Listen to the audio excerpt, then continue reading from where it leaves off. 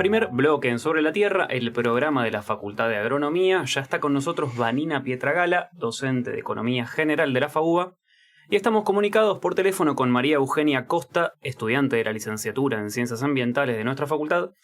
Ellas nos vienen a presentar un trabajo en el que compararon humedales de Estados Unidos y de la Argentina en cuanto a cambios en el uso de la tierra, leyes que los protegen y principalmente estrategias en el manejo de los incendios. Hola, Vanina, gracias por estar acá. Buenas noches. Hola, María Eugenia, gracias a ambas por estar acá. ¿Cómo estás? Hola a todos, gracias por recibirnos y la invitación. No, gracias a ustedes por participar. María Eugenia, ¿nos querés contar brevemente dónde estás y por qué? Les cuento, yo estoy ahora en Estados Unidos, en Miami. Me vine hace ya casi 2 años y el resumen de la historia es que ahora estoy haciendo un máster en Florida International University y esto es gracias al título intermedio de la UBA, el bachiller en Ciencias Ambientales. Esto es algo muy importante para que todos los estudiantes de la UBA lo sepan. El título intermedio, por lo menos el de ambientales, acá es un título de grado y me ha permitido hacer un máster y, bueno, desarrollar esta tesis hermosa con el enfoque en lo que es los Everglades. Zarpado, la verdad me parece que es poco conocido que algunas carreras de UBA tienen título intermedio y que dan tantas capacidades en el exterior, ¿no? Aparte estás en Estados Unidos. Bueno, nada, grosso. Muy grosso por vos, felicitaciones. Gracias. Bueno, y ahora sí, para meternos en la entrevista, bueno, gracias por la introducción, quería curiosear un poco. Para empezar, y así ubicamos a la audiencia, ¿nos quieren contar por qué es tan importante hablar de la conservación de los humedales? La verdad que es fundamental, porque siempre nos preguntamos, ¿no?, ¿qué son los humedales? Y muchas veces están mal vistos, era el monstruo de los pantanos, uno lo ve o lo circunscribe a lugares como sucios, y cumplen un rol fundamental, ¿no? ¿Pero por qué? Porque estos humedales, que son áreas en donde por lo general están cubiertas por agua, de forma permanente o incluso en algunos momentos transitorios, ¿no? Entonces uno ve un río, ¿puede ser un humedal? Claro que sí. Una laguna, también. Los esteros, ahí va. Entonces, los humedales son fundamentales porque nos ofrecen un montón de servicios. Así como nosotros podemos decir que los bosques, ¿no?, son los pulmones del planeta, bueno, los humedales son los riñones del planeta. Tienen una capacidad increíble como para poder transformar, depurar el agua. Y el agua es vida. Y si no podemos conservar el agua, entonces muchas de las actividades que desarrollamos va a ser muy difícil llevarlo adelante. Entonces, estos humedales son ecosistemas fundamentales, son claves para la vida.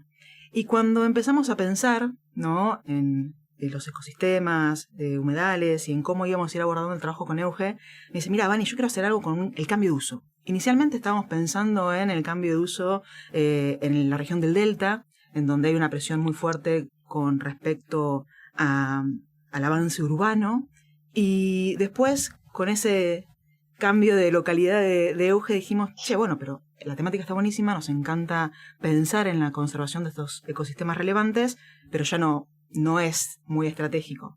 Y ahí dijimos, bueno, pensemos en las amenazas. Y esto se dio, como decía Eugen, hace un par de años, 2022-2023, estábamos atravesando la triple niña, una sequía tremenda, y de repente fuego en los humedales de Liberá.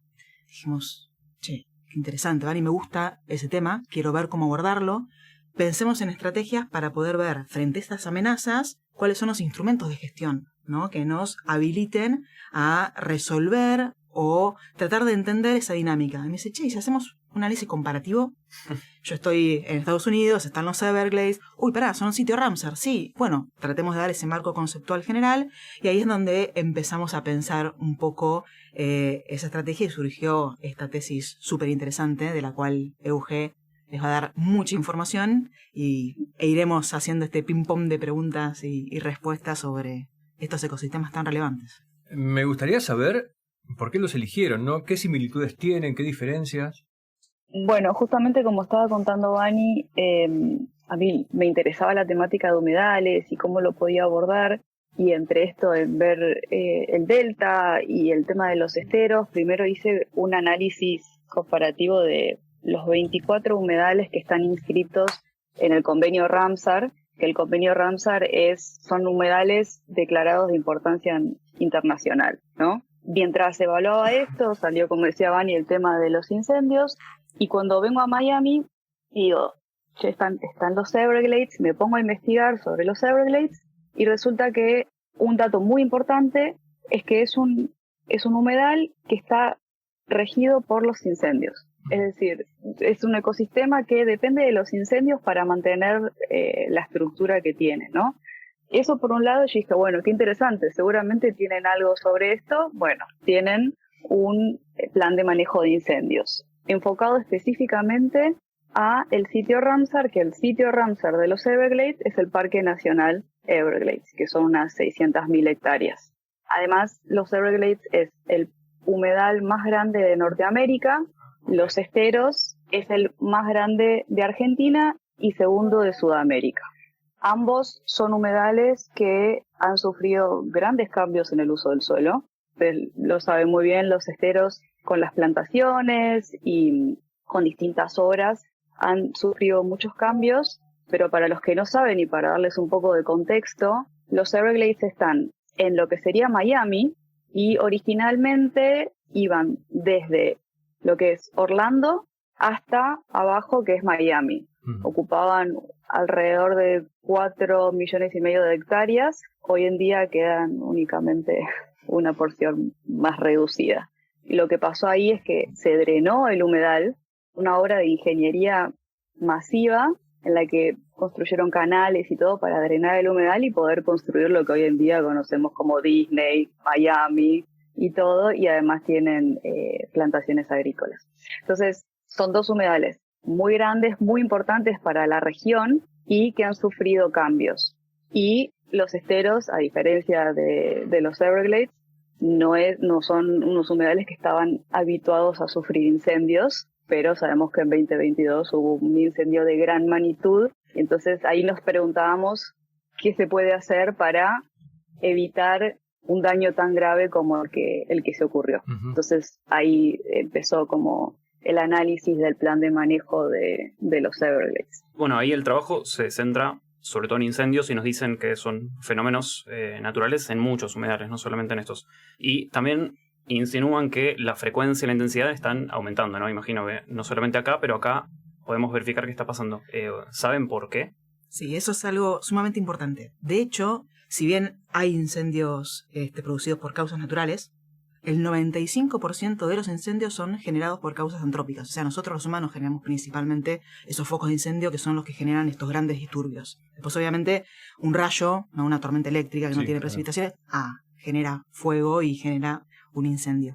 No sé, volcanes también. Pero en realidad siempre están principalmente traccionados por causas humanas. El 95% es un número increíble. Intencionados y no intencionados, ¿no? Y no intencionados, sí. Exacto. Sí, tal cual. A veces se te puede desbocar un fuego en un parque, por eso uno tiene que ser tan riguroso respecto a las medidas de seguridad que nos dan en este tipo de espacios. Tener en cuenta el fuego. De hecho, el fuego es una práctica también, ¿no? Uno puede manejar el recurso, más que nada forrajero, y sabiendo que después van a tratar el tema de ganadería, es algo que está muy manejado por esa actividad pecuaria. Pero bueno, siempre dentro de determinadas pautas, en determinados momentos y con determinados cuidados. Cuando eso no sucede, puede generar también frente a una situación de sequía, como decíamos, que fue lo que aconteció en Iberá principalmente, que se desboque el fuego y que ecosistemas como los humedales, que son esponjas, ¿no? Entonces también eso es importante. Si bien cuando tienen mucha agua la acumulan, entonces uno pisa. En el caso de los esteros, que tuvimos la posibilidad de estar ahí y ver el impacto en esos ecosistemas, uno pisaba una esponja con humo directamente. Entonces dijimos, bueno, ¿cómo se gestiona? ¿No? Teniendo en cuenta que hay causas naturales, que el grueso son causas antrópicas, decíamos, bueno, frente a esta intensidad y este aumento de la frecuencia, traccionado principalmente por el cambio climático. Sabemos que va a haber momentos en donde hay mayores precipitaciones, que eso en el caso de los humedales obviamente es una ventaja, siempre y cuando uno tenga, ¿no?, el buen manejo también de ese ecosistema y no se haga un cambio de uso en áreas en donde vos sabés que esa flexibilidad que tienen estos ecosistemas hace que vos tengas más agua en determinados momentos y que si hay un cambio de uso y tuviste un asentamiento urbano, probablemente esas comunidades se vean afectadas por el crecimiento del agua. En el caso de los incendios pasa al revés. Triple niña, sequía, estos ecosistemas no estuvieron acostumbrados a ese cambio tan abrupto en cuanto a la pérdida de precipitaciones, sumado a una actividad como el fuego, se desbocó. Entonces dijimos, bueno, ¿cuáles son los instrumentos? Y ahí, pensando ese análisis comparativo que mencionaba Euge, dijimos, bueno, ¿tienen plan de gestión del fuego de estos incendios?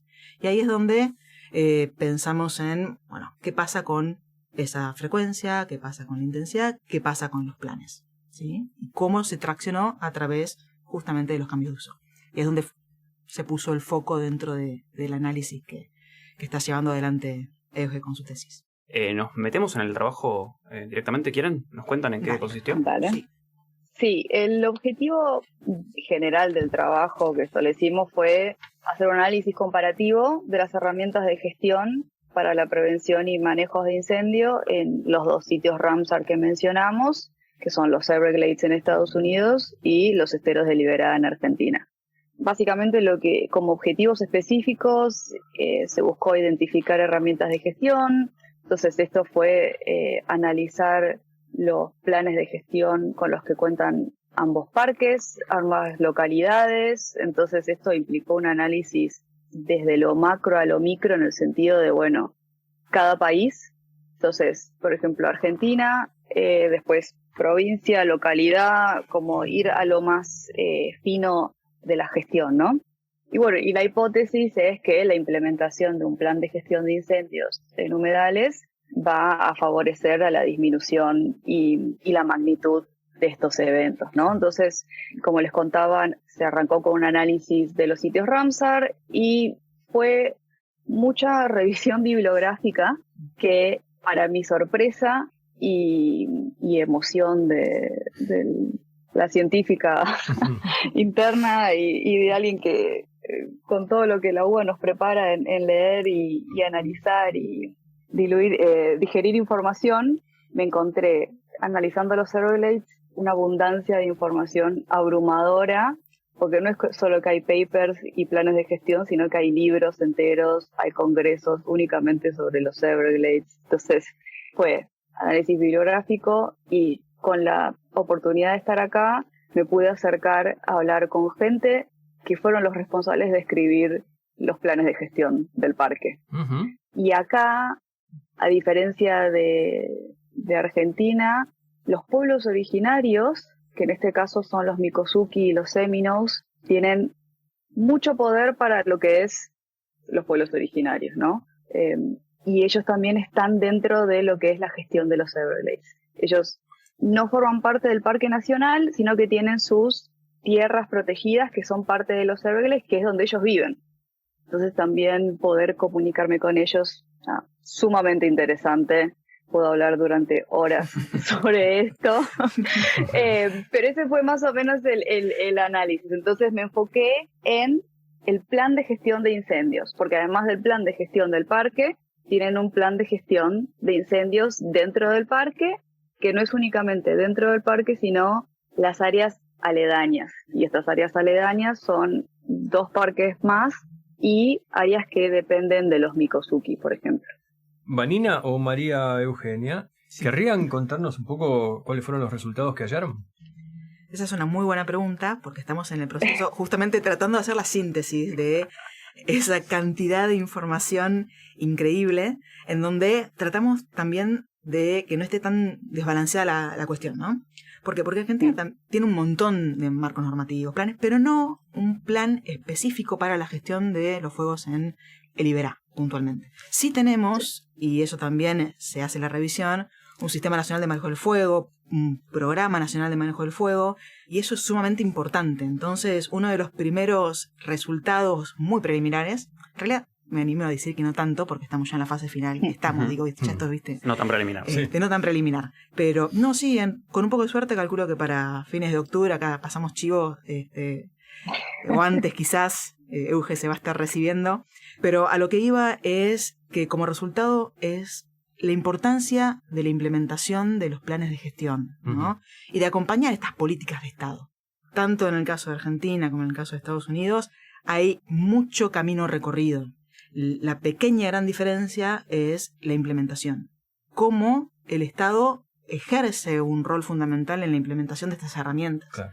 Entonces, cuando tenemos un Sistema Nacional de Manejo del Fuego, que uno puede buscar y tenés mapas quincenales de los sitios en donde hay focos de incendio, documentación asociada a la importancia de gestionar el fuego de una manera correcta, o los sistemas de alerta temprana, que son tan relevantes, bueno, esas son cuestiones que uno identifica como algo a implementar, Claro. a controlar, a monitorear, a acompañar. La concientización es otra de las herramientas que también tenemos que implementar cada vez más. Uno cuando entra a un parque ve, ¿no?, el sistema de semáforos del estado de situación de ese lugar y si está muy propenso o factible de tener un evento de estas características porque está muy seco o si ese indicador de incendio está más amigable. Entonces son cuestiones que uno tiene que ir evaluando y estos serían como algunos de los resultados preliminares. Y ahí le paso la posta a Euge como para que englobe si quieren algo más, pero vienen por ese lado. Si querés, Euge, contanos qué concluyeron con estos resultados directamente, que ya un poquito Vani se acercó.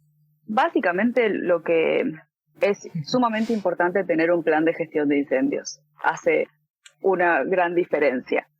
¿Qué pasa en Argentina? Tenemos muchas leyes que en papel son maravillosas. Y el problema es al momento de actuar, ¿no? Uno de los principales resultados es eso, falta una gestión real de la problemática. Yo creo que hay gente que me puede llegar a decir, bueno, pero ¿cómo vas a comparar Estados Unidos con Argentina? Tienen mucha más capacidad y posibilidades económicas, ¿no? Que no es necesariamente eso, no es que hay que hacer una gran inversión, porque ya tenemos una estructura interesante y ya tenemos de dónde agarrarnos, es simplemente prevenir. Entonces, es no solamente tener las leyes, ya las tenemos. Bueno, hay que hacer un análisis más exhaustivo de, por ejemplo, los esteros, cómo es el humedal y las plantas que hay, la flora y la fauna, y cómo pueden llegar a reaccionar frente a los incendios. O sea, principalmente puedo hablar de un montón de resultados que llegamos, pero yo creo que principalmente es eso. Hay una falta de acción al momento de llevar a cabo estas cosas, ¿no? Porque tenemos muchas leyes, falta la ley de humedales, pero incluso esto va más allá de una ley de humedales, ¿no? Pues puedes tener una ley de humedales, una ley de todo, y si después no sabes cómo activarla, porque tenemos una ley de manejo del fuego, como estaba contando Ani, pero parece que es inexistente porque mucha gente no está enterada de esto. Entonces hay un tema ahí de gestión, principalmente, bueno, del Estado, ¿no? Y de cómo maneja los intereses, digamos. Pablo y yo tenemos 10 preguntas más en la cabeza, me parece, pero se nos agotó el tiempo de la entrevista. Así que te pregunto a vos, María Eugenia, si no te molesta, muy cortito. Cuando termines, cuando te recibas, que falta poquito, ¿pensás seguir laburando en esto? ¿Estás interesado en otro lado? ¿Querrías ir a, no sé, recorrer otros parques de allá y estudiar? ¿Qué querés hacer? Que no quiero hacer. Claro. Pero bueno, el entusiasmo me dice que harías de todo. Pero... Claro. Entonces, esto es como escribir la tesis. Tenés un montón de ideas, pero tenés que acotarla. Entonces, sí, me encantaría poder seguir desarrollando esta temática, pero nada, sabemos que los problemas ambientales son políticos, sociales y económicos, y en realidad abarcar una sola cosa es bastante complejo, y eso es lo que hace el ambientólogo también, ¿no? Interdisciplinario. Sí. Totalmente. Así que sí, me encantaría poder seguir trabajando con humedales, seguir desarrollando, pero también, bueno, desarrollar políticas. Por eso mi máster es en Administración y Políticas Ambientales. Así que... Divino. Bueno, eso quiere decir que con Vanina las vamos a tener pronto en otro programa, me parece, si quieren. Seguramente, con gusto. Obvio, sí. Bueno, les agradecemos mucho por haber estado en el programa. Sí, muchas gracias. Es un orgullo. Gracias por venir. Gracias por venir y bueno, éxitos allá, María Eugenia. Gracias por la invitación nuevamente y el interés. Vamos a escuchar un tema musical y volvemos con la segunda entrevista.